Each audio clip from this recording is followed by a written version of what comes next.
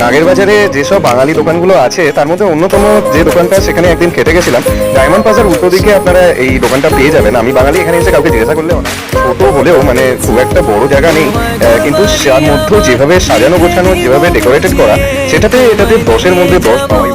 আপনাদের যে অ্যাম্বিয়েন্সটা লাগবে সেটা একটা বাঙালি বা কলকাতার যে ঐতিহ্য সেটা স্পষ্টত ধরা পড়বে। এই যেমন আগেকার কলকাতায় বা সমগ্র বাংলায় সাজিয়ে তুত্তুর তুত্তুর তুত্তুর তুষানায় বাজিয়ে আরে যাব তোমায় শ্বশুর বাড়ি নিয়ে, আরে যাব তোমায় শ্বশুর বাড়ি নিয়ে।